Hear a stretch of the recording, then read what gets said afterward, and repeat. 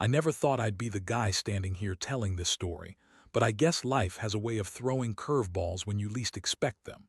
My wife Emily and I had been together for 5 years. We were planning our wedding, excited about the future, and honestly I thought we had a solid, trustworthy relationship. She was the girl I saw myself growing old with, or so I thought. It all started to unravel when I got a strange feeling one night, something I can't even explain. Maybe it was the way her phone buzzed all the time, or the way she got quiet whenever I asked about her boss, Mark. Emily always said he was just her work friend, nothing more. But I noticed a change in her, a nervous energy I couldn't shake. She'd get defensive when I asked where she was after work, and always said she was at the office late. That excuse never quite sat right with me, but I brushed it off at first. Then, a few days before the company retreat, I found a hotel receipt tucked in her purse. It was from a place downtown, not far from her office. The date, the night before the retreat. I remember sitting on the couch, flipping through her bag, just bored and feeling a little paranoid. When my hand brushed against the crumpled paper, my stomach clenched. It was a receipt for a lavish suite with her name on it, Emily. And next to it I found a small hotel key, shiny and new, hidden behind some receipts and loose change. My heart started pounding. I couldn't believe what I was seeing. It was proof, hard, undeniable proof, that she'd lied right to my face. She had been somewhere else with someone else. And that someone was her boss, Mark. I'd seen the texts too, shaky and inappropriate, exchanged between them when she thought I wasn't looking. Flirty messages, late-night calls, and the way she'd respond to him, like she was hiding something. I felt like I'd been punched in the gut when I saw the messages. My hands went numb. I could feel my pulse in my ears. How long had this been going on? How many times had she lied? How many nights had she been with him? Every detail came crashing down on me in a sick wave of realization. She swore she'd been faithful, that I was everything she wanted. And now I had all the evidence that she'd been lying from day one. I stared at the hotel key and the receipt, feeling a strange mix of fury and disbelief. My mind was racing. I'd trusted her so completely. How could she do this? How could she lie to my face for months about something so huge? The betrayal cut deep, and I knew I couldn't just brush this aside. That night I sat in our living room, staring at the evidence I'd collected. The hotel key, the receipts, the hundreds of texts that proved her secret. I felt my palms sweat and my jaw tighten. I couldn't sleep, knowing she'd been lying about her fidelity right up until the moment I thought she loved me. I knew then that I had to do something. I couldn't let her get away with this, not without consequences. I didn't tell her I knew yet. I wanted to see her face when I finally confronted her. I wanted her to realize that I had everything, every lie, every secret, every betrayal. I had never been a vengeful guy before, but this was different. She'd crossed a line. The plan started forming in my mind that very night. I'd wait for the right moment, gather my courage, and then I'd confront her. I knew I had to come prepared, with every piece of evidence laid out in front of her. I needed her to see that I wasn't going to be played for a fool anymore. As I looked at the proof, my stomach twisted with a dark satisfaction. She'd swore she was faithful, but her actions told a different story. And now I had the ammunition to prove it. Question was, how far was I willing to go to make her pay? That's what kept me awake all night, thinking about everything I'd do once I made my move. The next day I started setting my plan in motion. I didn't tell her I knew anything, not yet. I just kept my eyes open, waiting for the right moment. The thing about betrayal, it changes everything. And I knew once I confronted her, there was no turning back. The morning after I found everything, I felt like I was walking around in a fog. My stomach was clenched tight, and every sound in the apartment seemed exaggerated. The hum of the refrigerator, the distant sirens outside, even the quiet chirp of the clock on the wall. I kept clutching the hotel key in my hand, like holding onto a weapon. Deep down, I knew I couldn't just keep this under wraps forever. I had to confront her, but I also needed to plan how I would do it. I waited for her to leave for work. Not that I needed to wait long. Emily was always punctual, always eager to get out of the door early, probably to escape her own guilt, or maybe just because she loved her job more than she admitted. I remember standing there, watching her pack her bag, her face slightly tense, the usual bright smile replaced by something colder. I finally gathered enough courage and pulled the evidence from my pocket. The hotel receipt, the key, and a handful of her texts on my phone. I didn't want her to have a chance to deny anything once I started. I needed her to see, to understand that I knew everything. My palms were slick with sweat, and my heart was racing so fast I thought it might explode. When she stepped out the door, I called her name softly. She turned, surprised to see me standing there. Her eyes flicked nervously to the bag she was clutching. "Hey," I said, trying to keep my voice even. "Can we talk for a second?" She hesitated, then nodded. "Sure, what's up?" I took a deep breath, feeling my fists tighten at my sides. I slowly pulled out the evidence and laid it on the kitchen table so she could see. Her eyes widened and I saw her pulse quicken. The game was up. "Explain this," I said, voice flat but trembling with anger. I pushed the hotel receipt and the key forward. "You swore you were faithful. You swore you loved me. So why is this here?" Her face went pale. Her lips trembled and her eyes darted around, trying to find some reason, some excuse. She opened her mouth to speak, but no words came out immediately. Instead, she looked almost like a deer caught in headlights. I I didn't mean for you to find out like this," she finally whispered, voice cracking. "It was just a stupid mistake. It didn't mean anything." "Stupid mistake," I echoed, feeling my stomach turn. "That stupid mistake was a damn hotel receipt, Emily, a hotel key. Do you know what that means? It means you were lying to my face for months. It means you were sneaking around with your boss. How could you do this to me?" She looked down, tears welling up in her eyes. "I swear I was going to tell you," she whispered. "I was scared. I didn't want to hurt you. I didn't want to ruin everything." I clenched my fists so tight my knuckles turned white. "You should have just told me. Instead, you chose to lie. You chose some stupid affair over our future. How could I trust you after this?" Her shoulders shook with muffled sobs. "I was confused. I thought I was doing it for us. I thought it was just a fling, a mistake, but it meant nothing, I swear." "Save it," I cut her off sharply, feeling a rush of rage. "You're not the only one who's confused. I thought I knew my wife. Turns out I didn't know her at all." I paused, then added, "I need a little time to think. Don't come home today." She looked like a broken doll, her eyes full of remorse and shame. She tried to reach out, her hand trembling, but I stepped back and shut the door without another word. As I sat in the silence that followed, I realized I was at a crossroads. I'd uncovered her lies, seen her betrayal. It was staring me right in the face. I knew I had to decide what to do next. Confronting her was just the first step, but I also knew I couldn't go back to pretending everything was normal. Not anymore. In the days that followed, I started planning how I'd handle the fallout. I couldn't just walk away quietly. No, I wanted her to feel every ounce of what she'd done. I wanted her to understand that her lies had consequences. The more I thought about it, the clearer my plan became. I needed to make her regret she ever crossed the line. The thing about betrayal, it sticks with you. It gnaws at your mind, your soul. And I was determined not to let her get away with it without paying a price. I had the evidence, I had the plan. Now all that was left was to execute it. And I was ready.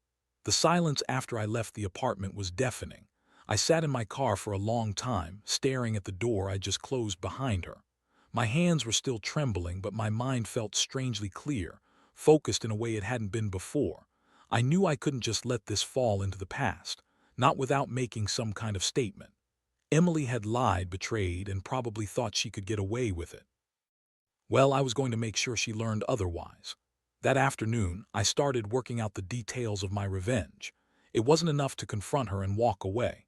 I wanted her to feel the sting, to see that her actions had consequences. I needed her to understand that her lies would cost her dearly.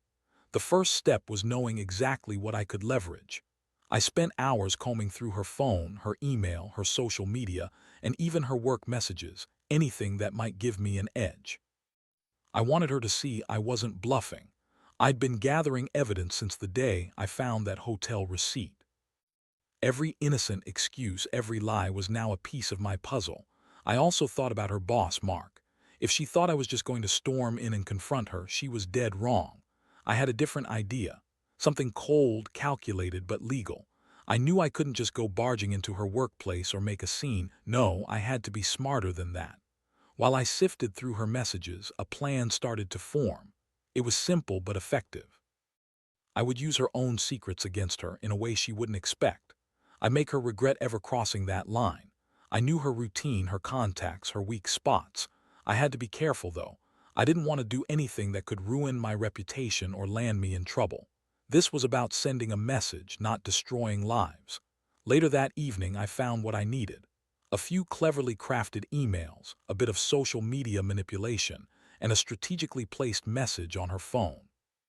She had confessed to her friend that she was feeling guilty, that she wanted to come clean but was too afraid of losing everything. That was my opening.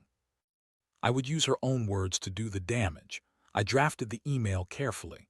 It would appear as if someone outside her circle was aware of her affair, someone who knew everything. I wanted her to feel exposed, vulnerable, like her own secrets were closing in on her. I'd send it anonymously, of course, so she wouldn't trace it back to me. But she'd know it was me, and that was all that mattered. The email read something like this. "Hey, Emily, I know what you did last weekend. I saw the hotel receipt, the key, and I know about everything with Mark. You can lie all you want, but I have all the proof. If you want to save what's left of your reputation, you better come clean." I hit send, then sat back, watching her reaction in my mind. I imagined her panic, her trembling hands, the way she tried to deny everything. That's when I knew this was only the beginning. I'd made her paranoid, and that was exactly what I wanted. Now, all I had to do was wait. The next day, I'd be ready for whatever she threw at me. I knew she'd try to deny it again, maybe even confront me. But this time, I'd be prepared. I'd show her that I wasn't the fool she thought I was, that I had everything she'd ever lied about. When I finally got home that evening, the tension was thick. She was already waiting for me, sitting on the couch, her face pale, eyes darting nervously. "You sent that email," she whispered, voice trembling. I looked at her, feeling a strange mixture of satisfaction and disgust. "Yeah, I did," I said calmly. "Didn't take long for you to start sweating, did it?" She shook her head, tears spilling down her cheeks. "Please, I swear I was going to tell you." "Sure you were," I interrupted, voice edged with cold. "You thought lying was easier, but now you see it doesn't work that way." Her shoulders slumped and she looked broken. That was exactly what I wanted. I wanted her to realize that her lies had consequences, and I was just getting started. I could feel the adrenaline, the satisfaction of finally turning the tables. This was going to be a long process, but I was ready for it. The next phase was clear. I'd let her stew in her own fear for a bit, watch her try to cover her tracks, then strike again. I'd make sure she'd understand that her betrayal had set off a chain of events she couldn't undo. It was time to make her see that I was serious about exposing her, about making her pay. And I knew one thing. I wouldn't be the one left with the broken pieces. She was. The atmosphere in the apartment grew heavier with each passing hour after I sent that email. I could feel her anxiety crackling in the air, thick enough to cut with a knife. She didn't even try to hide her nervousness. Her hands kept fidgeting, her eyes darted around, and she kept looking at her phone as if expecting it to ring at any moment. I watched her from the doorway, arms crossed, feeling a mix of satisfaction and cold detachment. I'd done what I set out to do, expose her, make her sweat. But now, the real game was just beginning. I knew she'd try to deny everything, or worse, spin some story to save herself. That's why I stayed quiet for a while, letting her stew in her own panic. It was the best revenge to see her vulnerable, to see her realize I wasn't going to sweep this under the rug. Finally, she broke the silence. "You have to believe me," she whispered, voice trembling. "I didn't mean for it to get this out of control. I was confused and I thought I could fix it before you ever found out." I forced myself to stay calm. "That's funny," I said, voice even but sharp. "Because I have the messages, the receipts, the hotel key, all of it. You lied to me for months, Emily. How do you expect me to believe that wasn't planned, that it was just some mistake?" She looked like she was about to collapse. "It's not what it looks like," she whispered. "It was a stupid mistake. I swear I love you. I was stupid, yes, but I was going to tell you everything. I didn't want to hurt you." I shook my head slowly, disgusted. "You said that before. Every time I asked where you were, you lied. Every time I saw that look in your eyes when you talked about Mark, I told myself it was nothing. Turns out I was just blind. Maybe I didn't want to see what was right in front of me. She bit her lip, tears streaming down her face now. Please just give me a chance to explain. You have to believe me, it was a mistake. It doesn't mean I don't love you. I stared at her, feeling my stomach twist. I'd been patient, I'd tried to give her the benefit of the doubt, but she kept spinning her stories. This wasn't just about the affair anymore. It was about respect, about trust, about the fact that she'd lied to my face while I was planning our life together. Emily, I said softly but with a dangerous edge, you lost that trust long ago. You want a chance to explain, that's cute, but it's not enough, not anymore. I needed her to see how serious I was, how deeply I was hurt. I reached into my pocket and pulled out the hotel key I'd kept hidden. The cold metal felt like a slap. This, I said, holding it up, belongs to you. And it's proof of everything. You're not just sneaking around, you're actively deceiving me. Her eyes widened in shock. You found the key? Yup, I said, voice steady. And I found your messages, your receipts, everything, so don't try to deny it. You can spin your lies all you want, but I've got the proof. She looked defeated, her shoulders sagged, and she looked like she was about to break. I was going to tell you, she whispered again. I swear, but I didn't know how. I was scared you'd leave. That's what makes it worse, I replied coldly. You lied because you were scared. That's not love, Emily, that's betrayal. She sank onto the couch, her face pale and streaked with tears. Please, she begged, voice cracking. Don't ruin everything over a mistake. I love you. I want us to work through this. Just give me a chance. I looked at her, feeling my jaw tight. This wasn't about giving her a chance anymore.